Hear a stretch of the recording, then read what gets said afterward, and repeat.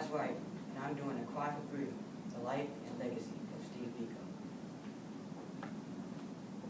I was born on December 18, 1946 in Tilden, King William Town, South Africa. I was born a son of the soil, a consumer student with a vision, a promising medical student, and yet I was unjustly expelled from political activism.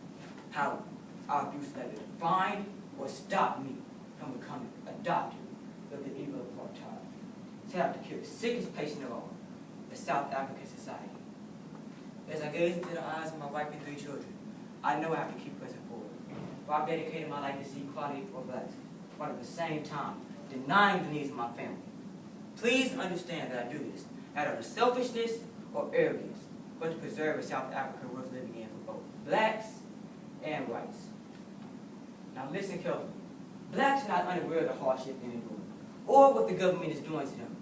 We must stop accepting these hardships, but find a way, even in this harsh environment, to develop hope. Hope for ourselves. Hope for this country. That's what I think black consciousness is all about. Trying to find a way to build up a sense of our own humanity, our legitimate place in this world.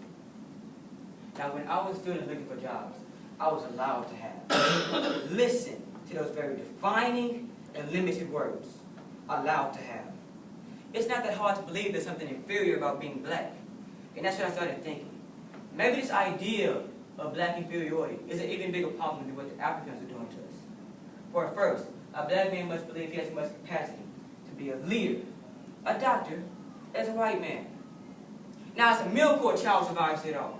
People are so desperate they'll beat a child bloody if they thought he had 5'1". But if you do run fast enough, if you do survive, you grew up in these streets. Your parents tried, but in the end, you only get the education the white man will give you. Then you go to work or shop in their streets, and you see their cars, their houses. You begin to think, maybe there's something wrong with yourself.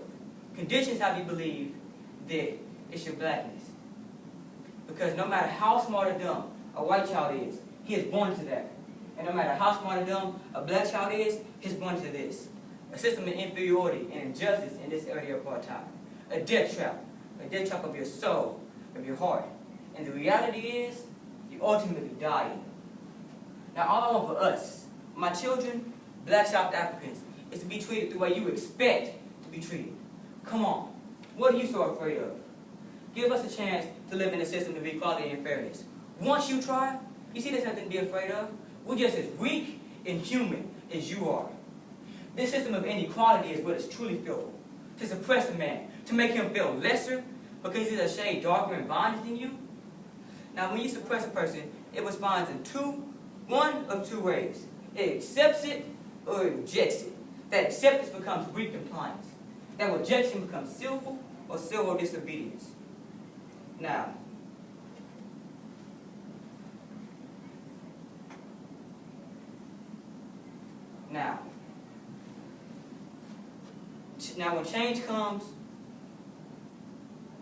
when change comes, black people, civility will be at the front point of man's consciousness.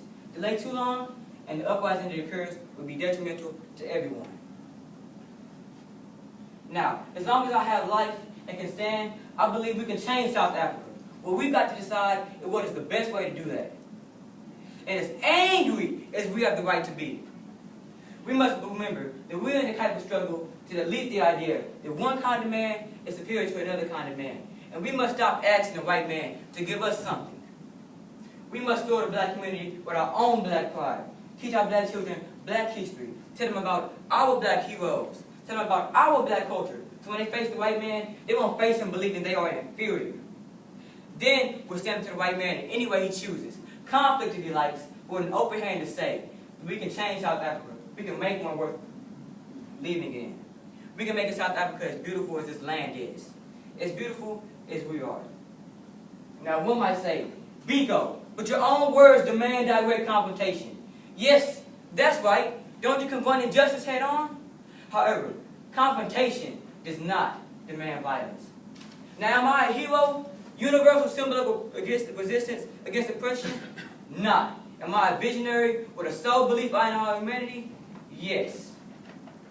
In our future, that might be films, books, songs, haunting imagery of our journey. But remember this, you can blow out a candle, but you cannot blow out the flame. But once the flame begins to catch, the wind will blow it higher, beyond even my years. The world will begin to condemn the repressive laws of South Africa, inspiring the generation of young black South Africans to commit themselves to the struggle against apartheid. In 1968, Biko established the South African Student Organization, which adapted the new pro-black doctrine which later became known as Black Consciousness. In 1971, Biko established the Black People's Convention. In 1973, despite being restricted to his birthplace, Kings Williamtown, Biko continued to promote the cause of Black consciousness with the establishment of health literary classes and literary classes.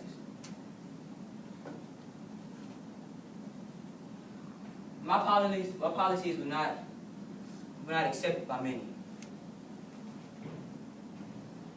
In fact, because of my philosophy, or to me, the Black consciousness philosophy, on this day, August 18, 1976, I had been arrested. My arrest occurred in Eastern Cape Town at Grahamstown. They then took me to their apartheid security police force, where I was scarred, beaten so severely, the medical diagnosis will report that I suffered some brain damage. Through my pain, I was reminded of a fact. A stranger might add, a judge asked me once, "Why do you call yourselves black? You look more brown than black." I responded, "Why do you call yourselves white? You look more pink than white." I say to those who would think of me as different, separate, inferior, you can beat me, jail me, or even kill me. But you cannot control me. You cannot tell me what I'm going to be. For I'm going to be all that I can be. Endless possibilities. Biko died at age 30. Nearly 20 years later, the apartheid ended, 1994. 36 years later, Biko's potent legacy lives on. His words resonate in the minds of all who knew him. And for me, who has since studied him, I have learned the greatest weapon in the hand of the oppressor is the mind of the oppressed. So I say to all of those here today, don't let your mind fall to insanity, inhumane practices and beliefs.